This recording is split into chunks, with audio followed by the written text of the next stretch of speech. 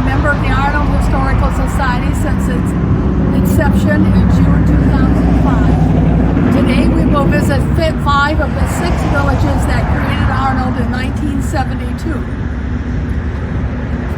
The Arnold Historical Society purchased this building to be its museum in November 2011. It once belonged to Sophia Frederici, who bought it on the courthouse steps on October 29th, 1929, the same day the stock market crashed.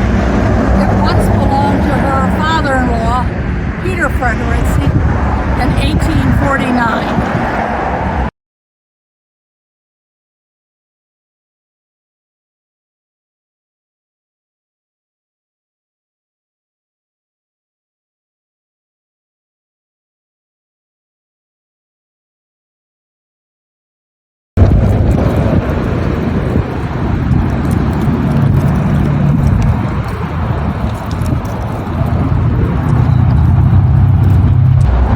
Seward School was named by Auguste Choteau, one of the founders of St. Louis, for the French surveyor Antoine Pierre Soulard. They foreclosed on land on which 6,000 acres included much of the Arnold area. St.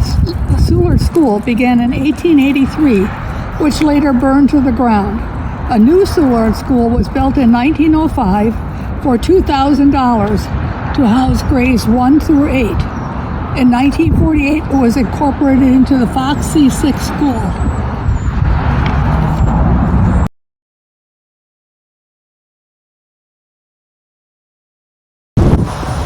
Immaculate Conception Church was opened in 1840 by German Catholics on land purchased by Christopher Frederici. His niece, Louisa, also attended this church and later married Buffalo Bill Cody on March 6, 1866. The church is now 180 years old.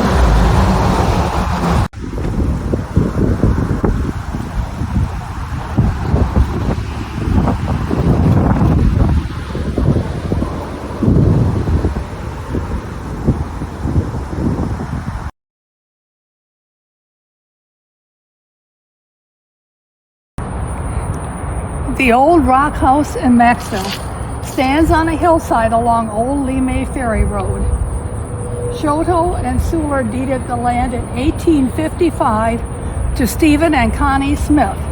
They sold the land to John Michael Frederici in 1858. John built his home with the help of 2 slaves when he married Cynthia Richardson. This house is 163 years old.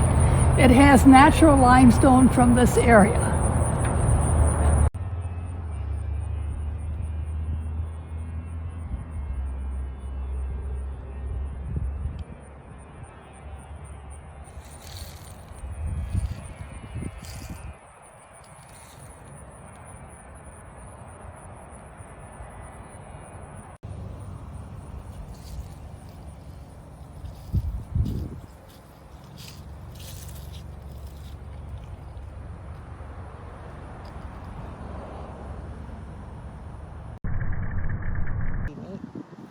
Okay, ready? Richardson Cemetery began in the early 1800s by John Richardson for his family. Many Frederici family members are buried here. Veterans from the Mexican-American War, War of 1812, Civil War, Union War, World War I, and World War II are interred here as well, along with many of the first landowners in this area. The Arnold Historical Society maintains this cemetery.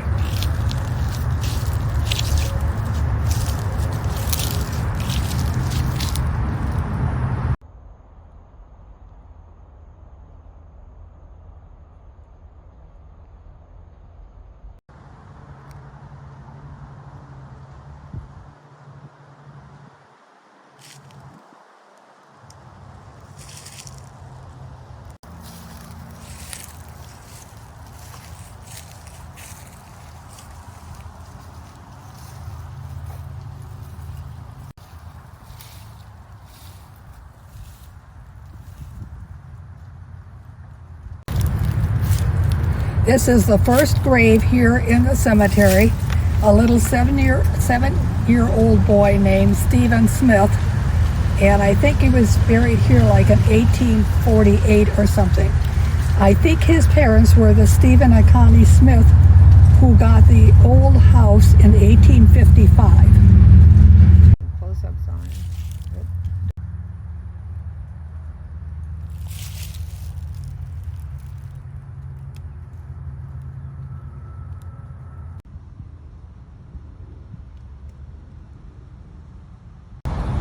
This is John Richardson's grave. He's the one who provided 2 slaves to build the old house.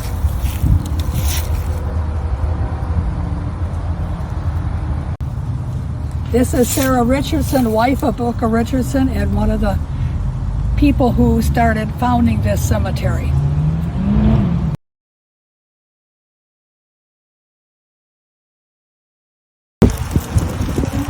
St. John's Lutheran Church in the village of Beck opened in 1848 by German Lutherans. Over the past 172 years, the church has been enlarged several times. There's also a parochial school for students from pre-K to grade 8.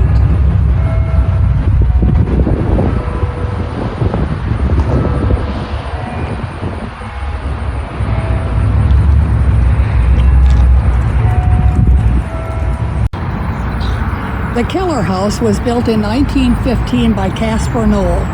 This stucco house, with just 4 rooms, is 105 years old.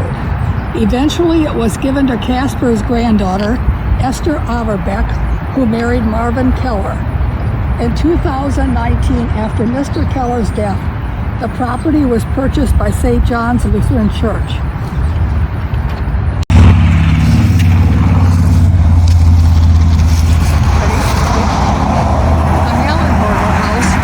In the late 1800s and sold to Mr. and Mrs. John Hallenberger in 1912. Their son Irvin and his wife Dorothy purchased the home and land in 1944 and raised their sons Martin and Mike here.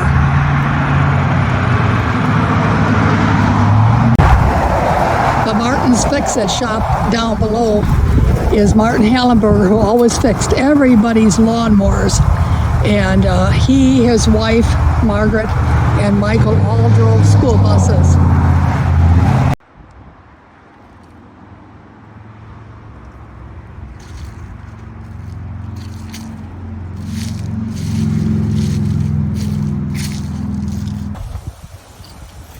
This is the John McNeil house. Original deeds show that the land was purchased in 1880. The home has a native stone foundation and logs were used for walls in the living room. The Oscar Blank and Paul Hilmer families lived on this 4-acre tract. Now John and Michelle McNeil live here, and they have done extensive remodeling.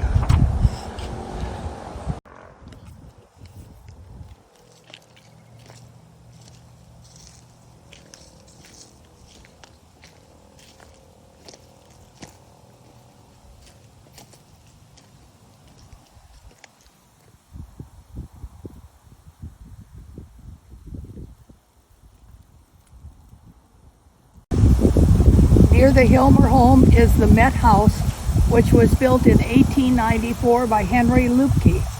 The house is 126 years old. This is a Frederick Flam house in Flam City. John Dornsife came to the U.S. from Germany in 1836. He purchased this land in 1891 and built this house the next year. In 1906, the house and land were sold to his daughter, Henrietta Flam. Her granddaughter, Lorraine Wall, was raised here. Now Lorraine's grandson, Brian Waldrop, owns the land and the 128-year-old home.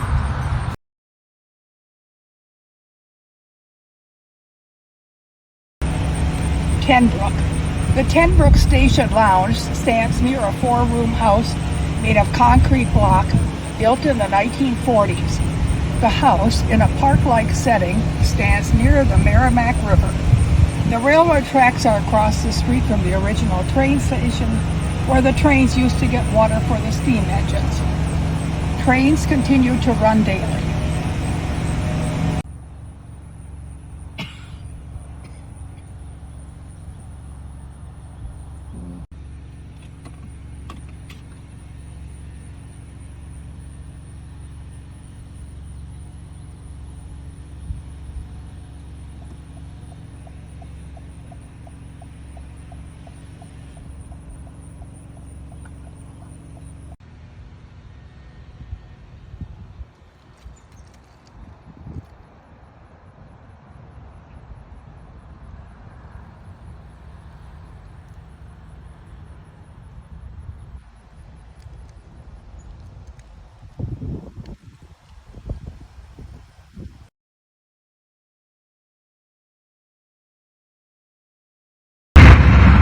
The farms are all gone now, but some of the original homes remain.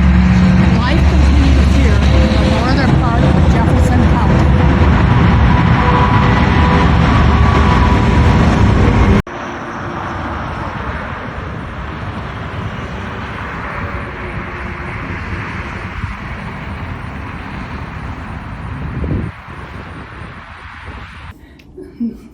The oldest artifact here in the museum is this German Bible printed in the 1700s in German.